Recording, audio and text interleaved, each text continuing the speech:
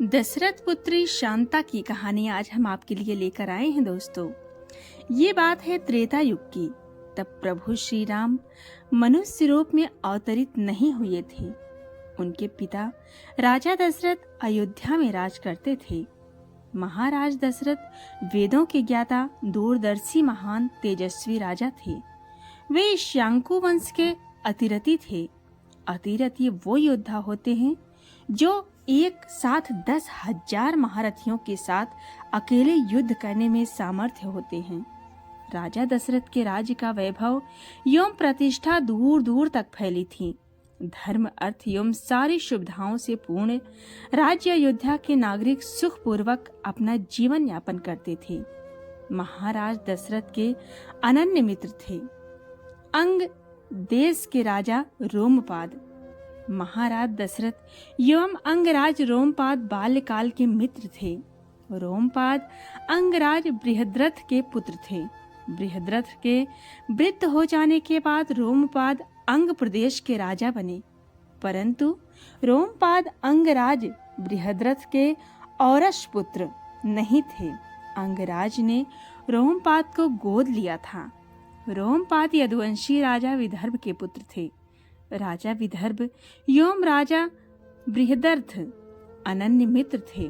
राजा विदर्भ के अनेक पुत्र थे, परंतु अंगराज बृहद्रथ के भी एक भी पुत्र नहीं। तब अंग प्रदेश के राजा बृहद्रथ ने राजा विभर्त से उनके पुत्र रोमपाद को गोद लिया। इस तरह रोमपाद बृहद्रथ के दत्तक पुत्र हुए। अंगराज रोमपाद का विवाह राजकुमारी वृष्णि से हुआ था।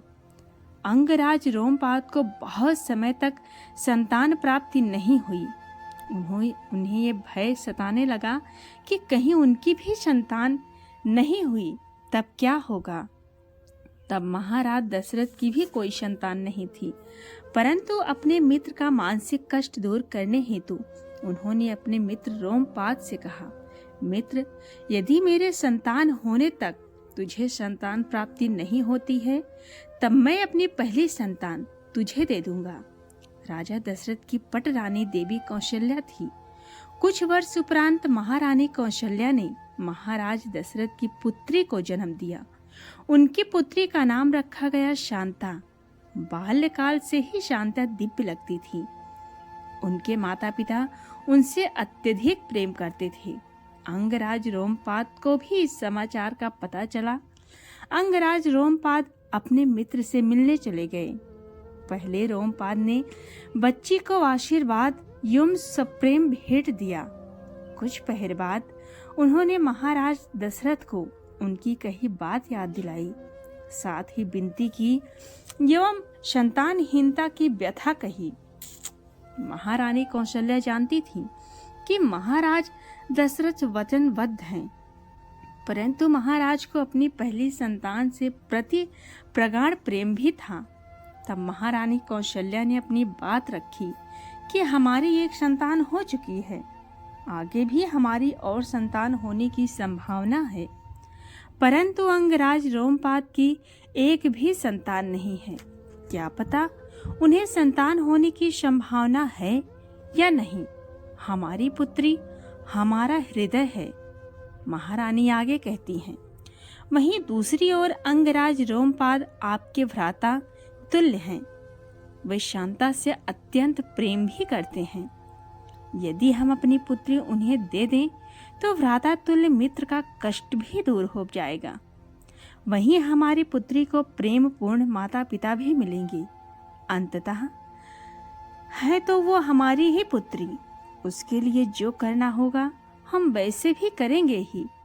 इन सब से भी अधिक आवश्यक आपका वचन और मान भी बना रहेगा। महारानी कौशल्या की बात सुनकर राजा दशरथ ने अपनी पुत्री शांता अंगराज रोमपाद को पुत्री स्वरूप में सौंप दिया। शांता को पुत्री रूप में पाकर अंगराज रोमपाद अति प्रसन्न हुए। आगे उन्होंने ही देवी शांता का विवाह आदि संस्कार किए। राजा दशरथ ने अपनी पुत्री शांता को त्यागा नहीं था, अपितु अपने अनन्य मित्र रोमपाद को पुत्री रूप में दिया था। तो दोस्तों, ये रही महाराज दशरथ की पुत्री शांता की कहानी। आपको कैसी लगी कमेंट में ज़रूर बताएं, और पसंद आई तो अपने दोस्तों को भी शेयर करें और हमारे चैनल को सब्सक्राइब भी करें।